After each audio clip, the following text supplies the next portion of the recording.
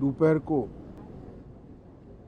Air India की flight संख्या AI 171 दुर्घटनाग्रस्त हुई और कई पैसेंजर इसके अंदर हताहत होने की संभावनाएं हैं। इस घटना से पूरा देश क्षुब्ध है और पूरा देश एक साथ पूर्ण संवेदनाओं के साथ ये जो दुर्भाग्यपूर्ण हादसे में पैसेंजर हताहत हुए हैं, इनके परिजनों के साथ खड़ा है। सबसे पहले मैं भारत सरकार, गुजरात सरकार, भारत सरकार के प्रधानमंत्री जी और गुजरात सरकार की ओर से भी जो लोग हताहत हुए हैं, इनके परिजनों के प्रति गहरी संवेदना व्यक्त करता हूं।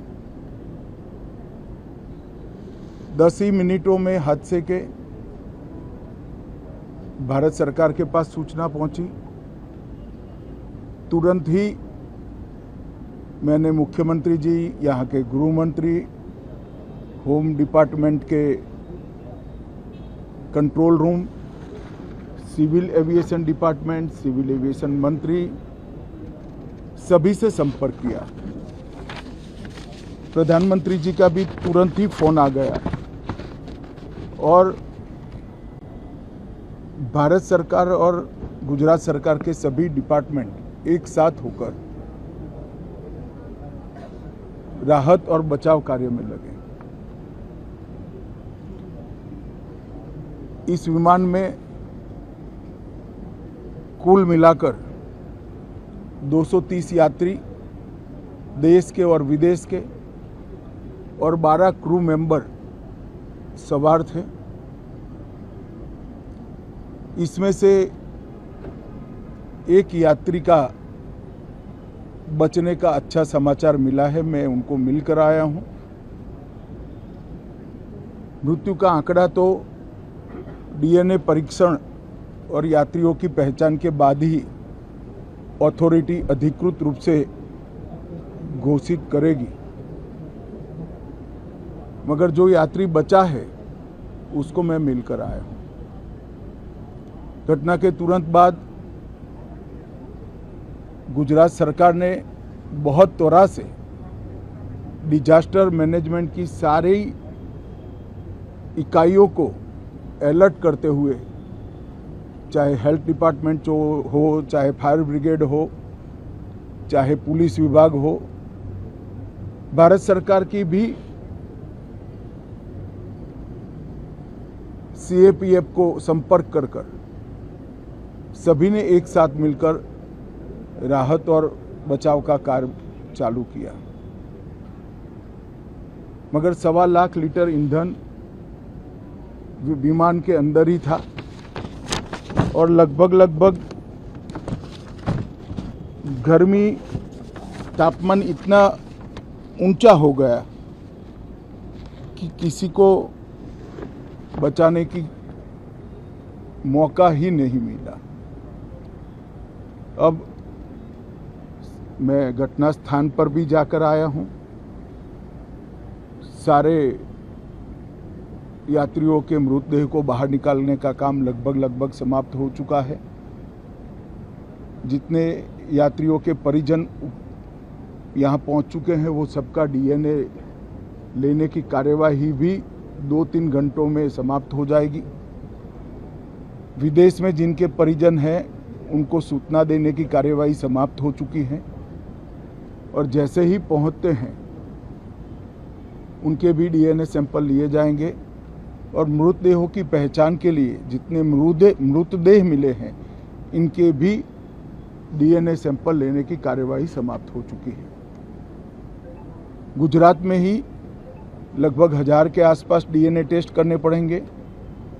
ये सभी टेस्ट करने की क्षमता गुजरात में विकसित है तो डीएनए टेस्टिंग के लिए कहीं गुजरात के बाहर जाने की ज़रूरत नहीं पड़ेगी।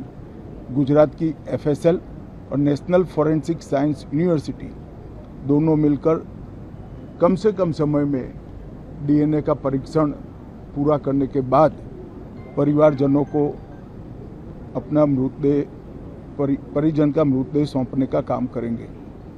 उनके रहने की सुविधा, उनकी सांत्वना की सुविधा, जिनको मेडिकल प्रॉब्लम ट्रॉमा के कारण हुए इनकी मेडिकल की सुविधा, ये सारी व्यवस्था बहुत सुचारू रूप से हो चुकी है।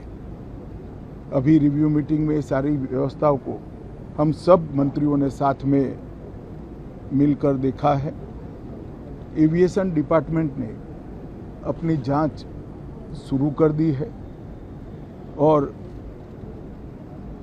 जांच तेजी से आगे बढ़े इसके लिए भी एविएशन मंत्री जी ने सूचनाएं दी हैं। मैं फिर से एक बार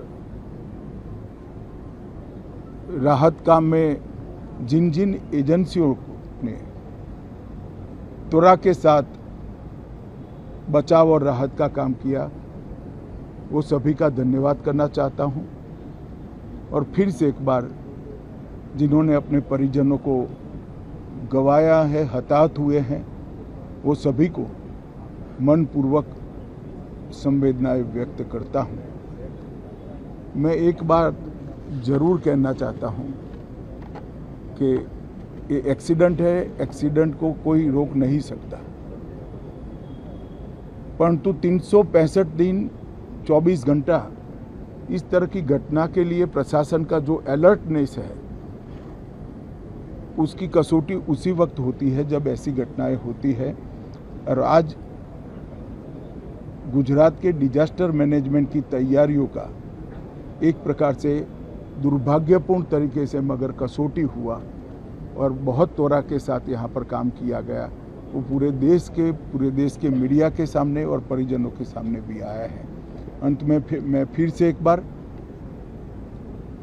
सम्माननीय प्रधानमंत्री नरेंद्र मोदी जी की ओर से, भारत सरकार और गुजरात सरकार की ओर से सभी हताहत लोगों के परिजनों के प्रति गहरी संवेदना व्यक्त करता हूं।